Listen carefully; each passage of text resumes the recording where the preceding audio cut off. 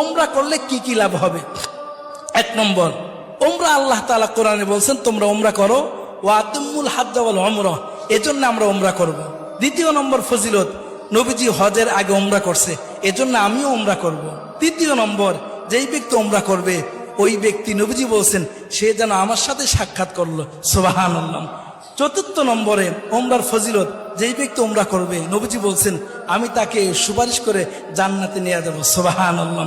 পঞ্চম নম্বরে, ওমরা করতে গিয়ে আমরা বাইতুল্লাহতে নামাজ পড়ি, 1 রাকাত নামাজে 1 লক্ষ রাকাত নামাজ পড়ার সওয়াব পেয়ে যাব, সুবহানাল্লাহ।